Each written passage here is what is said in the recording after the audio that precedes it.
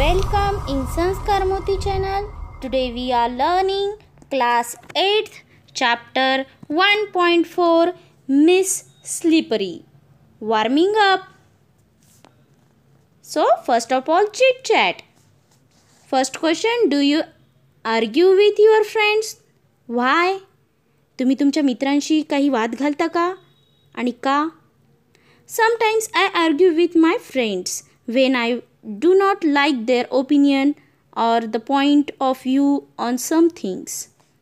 Second question, do you stop your arguments after some time or continue it for a long time? तुम्ही काही थोड्या वेळाने ते वाद थांबवता का? का तसंच खूप वेळ घालत राहता? I never continue it for a long time. I stop my argument after some time. Third question, why do people quarrel, fight? लोक का भांडतात? People quarrel by many reasons when they do not like each other opinion or point of view, by misunderstanding each other, like that. Question number 4, do we forgive or punish our dear ones after their mistake? आपण आपल्या जवळच्या लोकांना जरी चूक झाल्यावर त्यांना माफ करतो की शिक्षा देतो? We should forgive our dear ones after their mistake, but we should take a promise for them not to commit such mistakes again. Question number 5, what do you feel after a quarrel with dear ones? तुम्ही स्वतःच्या जवळच्या व्यक्तींसोबत जेव्हा भांडण होतं, वाद होतं, तेव्हा तुम्हाला कसं वाटतं? I feel very sad and ashamed after a quarrel with dear ones as I could not control my anger.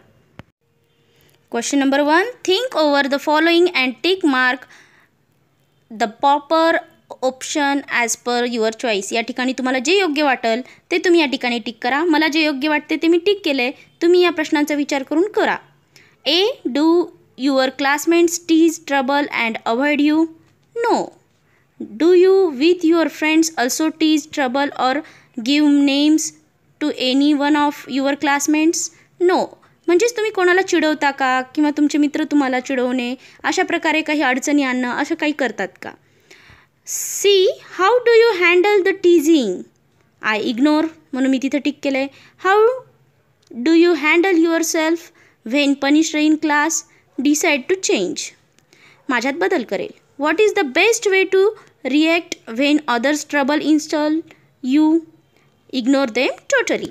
Question number 2, rewrite using proper punctuation marks and capital letters. पहा, या ठिकाणी आपल्याला योग्य असे विरामचिन्हांचा वापर करून आपल्याला वाक्य पुन्हा लिहायचे आहेत. या ठिकाणी काही 5 वाक्य दिलेली आहेत, त्यांचं मी योग्य पंक्च्युएशन मार्क्स यूज करून लिहिलेलं आहे. ते तुम्ही पॉज बटन दाबून सुद्धा लिहून काढू शकता. पहा इथं, Amar said I could not complete my geography homework.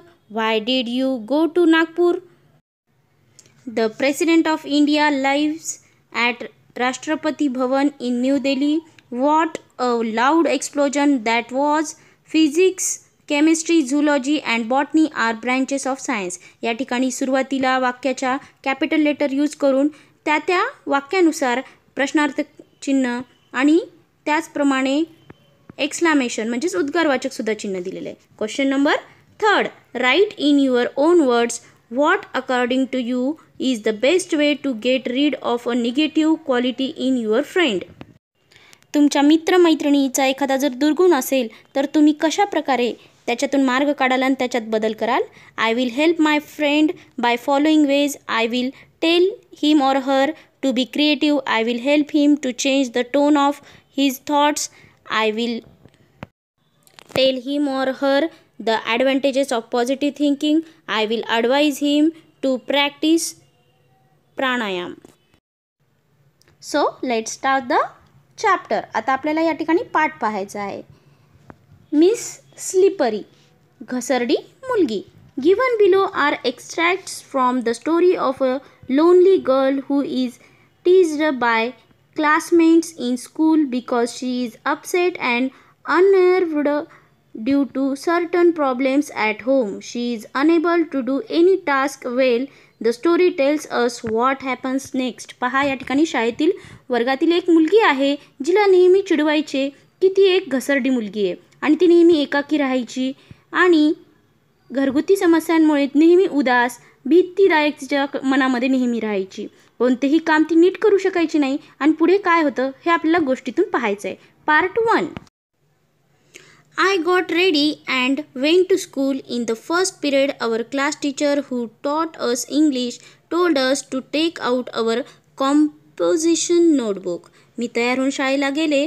पहिल्याच तासाला आमच्या इंग्रजीच्या वर्ग शिक्षकांनी मला निबंधाची वही बाहेर काढायला सांगितली. I took out the mathematics notebook by mistake. I replaced it quickly, but the teacher perhaps had kept her gaze fixed on me. मी चुकून गणिताची वही काढली. पटकन मी ती बदलली, पण तरीसुद्धा बाईंचं लक्ष माझ्याकडे होतंच. त्या ओरडल्या. She shouted, "Come here with your book, Siley." I obeyed her, but her angry looks made my legs tremble, and when I reached her chair, the notebook fell on her feet. त्या ओरडल्या, "सायली, तुझी ही वही घेऊन इकडे ये." मी निघाले, पण त्यांची ते रागाने पाहिलेली नजर बघून माझे पाय लटपटू लागले होते आणि खुर्चीजवळ पोहोचल्यावर माझी वही त्यांच्या पायावर पडली. Some girls laughed loudly. The teacher thought that I had dropped the notebook on purpose. She started at me with an all-devouring look. "Go and stand near your seat," she yelled. I kept standing, punished for the whole period. काही मुली मोठ्याने हसल्या. बाईंना वाटलं की मी मुद्दामूनच वही पाडली. माझ्याकडे त्या रागाने बघू लागल्या होत्या. "जा, तुझ्या बाकाजवळ जाऊन उभी राहा," असं मला त्या ओरडल्या. शिक्षा म्हणून मी तशीच पूर्ण तास बाहेर उभी राहिली. The next was history class and my favorite subject. The teacher had asked us to memorize the causes and effects of the battle Panipat. I was well prepared. She began testing all of us one by one. When my turn came, I went blank. The teacher gave me a stern stare while I stood there still with my head hanging down in shame. पुढचा माझा आवडता इतिहासाचा विषय होता. बाईंनी आम्हाला पानिपतच्या युद्धाची कारणं आणि परिणाम शोधायला सांगितले होते पाठातून. माझी चांगली तयारी झाली होती. त्यांनी एकेकाची परीक्षा घ्यायला सुरुवात केली. मात्र माझी जेव्हा वेळ आली तेव्हा मी सुन्न झाले. मला काहीच आठवत नव्हते. शरमेने माझी मान खाली घालून मी तशीच त्या ठिकाणी स्तब्ध उभी राहिले. बाई माझ्याकडे कडक नजरेने रोखून पाहत होत्या. Mama and Papa continued their never-ending tiffs. Papa used every opportunity to express his annoyance. Mama, on her part, did not allow any such occasion to slip without turning it into a vociferous quarrel. The quarrel was between the two, but the punishment inevitably descended on the third one, that is me, at school. Wherever and whenever I heard raised voices, I felt as if Mama and Papa were quarreling. आईबाबांची कधी न संपणारी भांडणे चालूच होती. बाबा त्यांचा राग कशाही प्रकारे व्यक्त करायचे आणि कोणतीच ती संधी सोडायची नाही. दुसरीकडे आई कुठलाही प्रसंग ताणतणावानं भांडण केल्याशिवाय जाऊ द्यायची नाही. भांडणे दोघांमध्ये व्हायची, परंतु शिक्षा मात्र विनाकारण तिसऱ्याला म्हणजेच मला शाळेमध्ये होत असे. कधीही आणि कुठेही त्यांचे आवाज चढलेलेच असायचे. आईबाबाचं भांडण आहे असंच मला वाटतं नेहमी. Sometimes even in the midst of silence, Mama's scream came piercing through my ears, and whenever I heard Mama's high-pitched yells, my legs quivered. कधीकधी शांत आईचा कर्कश किंचणारा आवाज माझ्या कानामध्ये खूप जोरात ऐकू येतो, आणि जेव्हाही आईचे असे जोरातले किंचणारे आवाज माझ्या कानावर पडले की माझे पाय थरथर कापू लागतात. One day I was coming down the school stairs. Somebody from the top gave a frantic scream. I fell and came tumbling down about 7 steps. एके दिवशी शाळेच्या पायऱ्या उतरत असताना वरून कोणीतरी अचानक किंचाळलं आणि मी 7 पायऱ्या गडगडत खालीच पडले. My elbows and knees were badly bruised. My new frock was torn at the seams. When I reached home, Mama shouted, "I am sick of you. When will you stop making me pay through my nose for such a extravagant losses. माझ्या कोपऱ्यांना आणि गुडघ्यांना खूपच खर्चटलं. नवीन frock होता तो सुद्धा फाटला आणि पोंचलेले. तेव्हा आई जोरात ओरडली, मला वैताग आलाय तुझा. असल्या फालतू गोष्टींसाठी पैसे खर्च करायला लावणे कधी थांबवणार आहेस तू? Mother seized me by the arm, gave me a good jerk and seated me on the bed. She fetched an antiseptic lotion and applied it to my elbow and knees, but did not hug me. Within me lingered the yearning that she would hold me and console me. Even if she had given me just a sympathetic pat, my smarting limbs would have been soothed. आईनं हाताला घट्ट पकडून मला जोरात ओढलं आणि पलंगावर बसवलं आणि जे औषध होतं ते माझ्या कोपऱ्याला गुडघ्यांना लावलं, पण मला जवळसुद्धा घेतलं नाही. मला जवळ घेऊन तिनं माझी समजूत काढावी अशी एक इच्छा माझ्या मनामध्ये होती. तिने नुसता सहानुभूतीचा माझ्या पाठीवर हातसुद्धा ठेवला नाही, तरी माझ्या दुखऱ्या पायांची वेदना कमी जरी झाली असती. My younger brother was close by. As Mama walked away to the kitchen, he came and sat beside me. He placed his little hand on my arm and whispered, "Are you in great pain?" I hugged him tight and started crying again. माझा धाकटा भाऊ जवळच होता. आई स्वयंपाकघरात गेली.